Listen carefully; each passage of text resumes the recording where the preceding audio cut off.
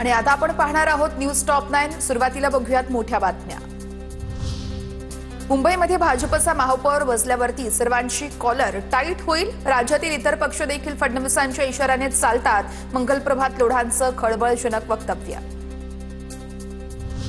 मुंबईचा महापौर महायुतीचा झाला तर कॉलर टाईट होईल। भाजपच्या लोढांना शिंदेंच्या संजय शिरसाट यांचं उत्तर, तर देवाभाऊ लोढांचा आदर्श, त्यांनी त्यांची पूजा करावी, शिरसाट यांचं विधान। महायुतीमध्ये प्रवेश बंदी संदर्भात येत्या 2 दिवसात बैठक होण्याची शक्यता। मुख्यमंत्री आणि दोन्ही उपमुख्यमंत्री यांच्यात बैठक होण्याची दाट शक्यता। तसेच तिन्ही पक्षांच्या प्रमुखांची बैठक होणार।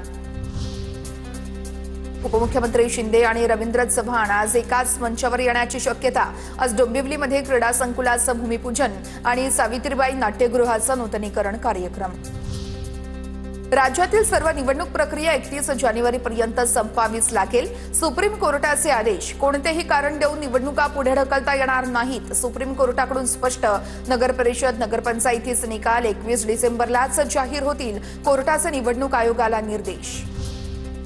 स्थानिक स्वराज्य संस्थांच्या निवडणुकीच्या सर्व याचिकांवरती हायकोर्टात सुनावणी होणार। मुख्य न्यायमूर्तींच्या अध्यक्षतेखालील खंडपीठाकडे सुनावणी होणार।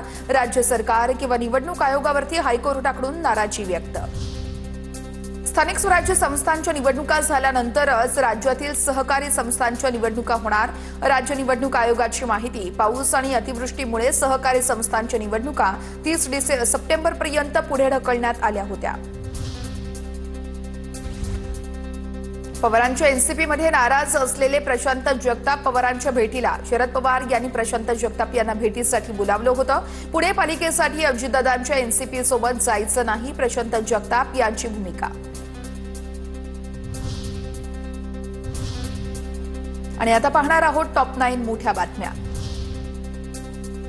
मुंबईतील दादरमधील चैत्यभूमीवरती भीम अनुयायांची मोठी गर्दी। तर डॉक्टर बाबासाहेब आंबेडकर यांना अभिवादन करण्यासाठी भीम अनुयायी दादरमध्ये एकवटले। तर छत्रपती शिवाजी महाराज पार्कमध्ये महापरिनिर्वाण दिनानिमित्त विविध कार्यक्रमांचंही आयोजन। डॉक्टर बाबासाहेब आंबेडकरांच्या महापरिनिर्वाण दिनानिमित्त पोलिसांचा मोठा बंदोबस्त। ईस्टर्न एक्सप्रेस हायवेवरती पोलिसांकडून वाहनांची तपासणी, प्रत्येक ऑटो रिक्षाचीही तपासणी। महापरिनिर्वाण दिनानिमित्त चैत्यभूमीवरती राज्यपाल आणि मुख्यमंत्री तसेच उपमुख्यमंत्र्यांकडून बाबासाहेबांना अभिवादन। मनसेचे नेते आणि बाबासाहेबांचे नातू प्रकाश आंबेडकर यांची देखील उपस्थिती।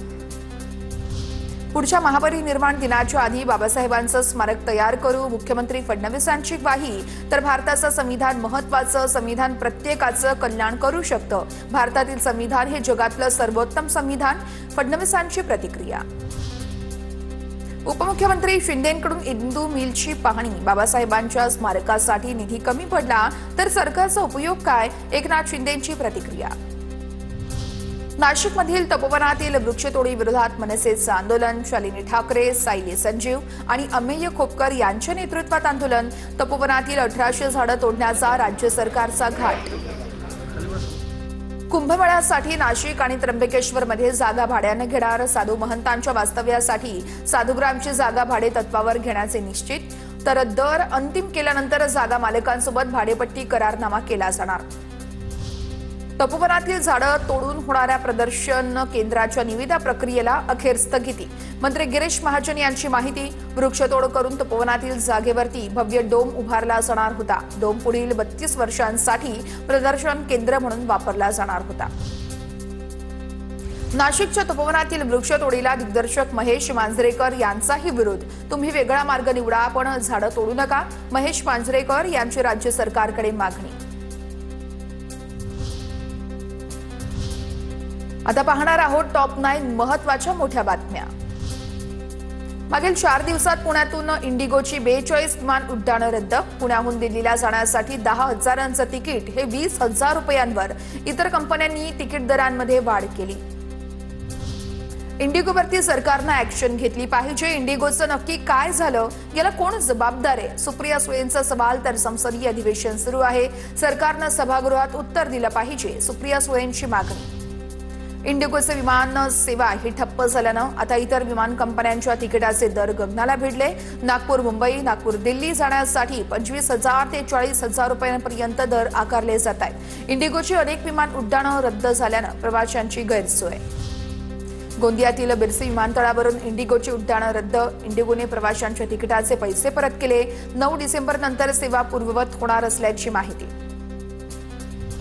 अहमदाबाद विमानतळावरती एका महिला प्रवाशाला रडू कोसळलं. इंडिगोची विमान उड्डाण रद्द होत असल्यानं प्रवाशांना मनस्ताप सहन करावा लागतोय.